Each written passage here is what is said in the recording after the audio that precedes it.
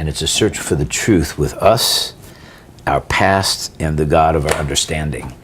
And the time clock for it's today. Most people are in tomorrow, next week, and next year. What about this? What about that? What is this? Well, we're not on every scale of religion I studied at the highest levels. That all agree that we weren't built with energy for tomorrow, next week, or next year. So when we're all in tomorrow and not today, it's anxiety, frustration, fear, doubt, because that's not here yet. When we keep it in today, we have this great interview. We had a nice dinner last night. Everything's beautiful. Nothing to have anxiety about. That's why you never see two birds on an electric wire having a nervous breakdown, because they live in today. So if you have anxiety, frustration, fear, doubt, chances are you're living in tomorrow and you're chasing rabbits totally on self-will. If you have guilt, shame, or resentment, chances are you're living in I coulda, I shoulda, why didn't I? There's a whole process for how to get out of that.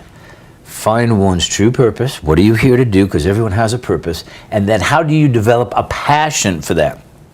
And I told you this, I don't mean to be long-winded, but obviously I'm passionate about it. But I told you this yesterday, that is, every business I've ever started, and we had to go back and track them for the, credibility for the book, and, let's take 35 businesses of all different sorts, from publishing companies to real estate management to big development companies to the, education business, which was just one, really, of many, Whitney Financial. And as I look at those, here's how the process goes. I didn't say, hey, I'm passionate about that. Let me jump into seminar business. Something in life steered me that way. Then I get into the business, and I have this talk every time. 2 years into it, I tell myself, just like Inner Voice, if I'd ever knew how much this work this was going to be, I would have never done it. But now I've told everybody, and I'm in it, and my ego's in it, and now I got to see it through. And here's what happens, and I'm going to tell you this, if you follow what's in this new book, Inner Voice, and the community, what you're going to find is about 4 years later, if you follow what I show you how to do, the floodgates will open. You'll learn about an immutable law of the universe. What I realized and found out is God isn't floating around the sky, a third party taking score. No success for you, you're going to get one, minor for you. There are immutable laws, and to put it to its simplest form, they get complex.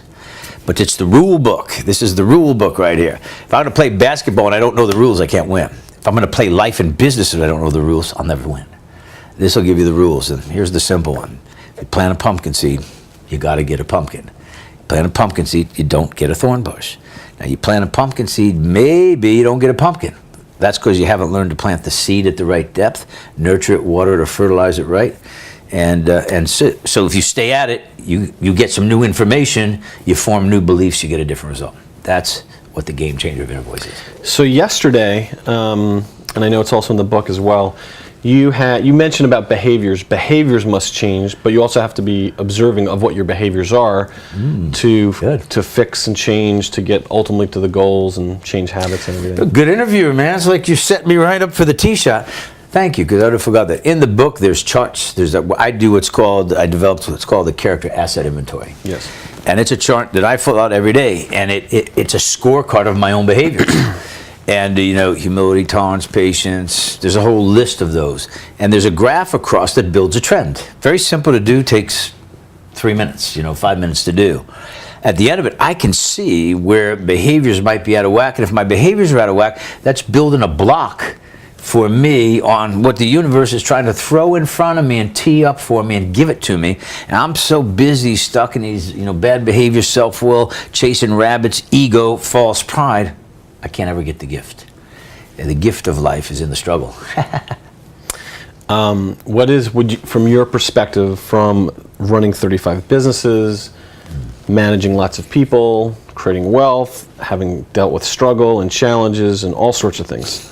Yeah. What's the biggest challenge or mistake people are making that could be either self-corrected, from following some of the principles in the book? Right. First of all, those of you that are business owners, if you have a bunch of employees, this used to be my little warrior joke back in the day, but people would always ask me and kind of measure, because I had thousands of employees. From 2000 to 2006, we did 1.2 billion in business with all the subsidiaries. People always say, well, how many people you got working for you? And my classical answer would be about half.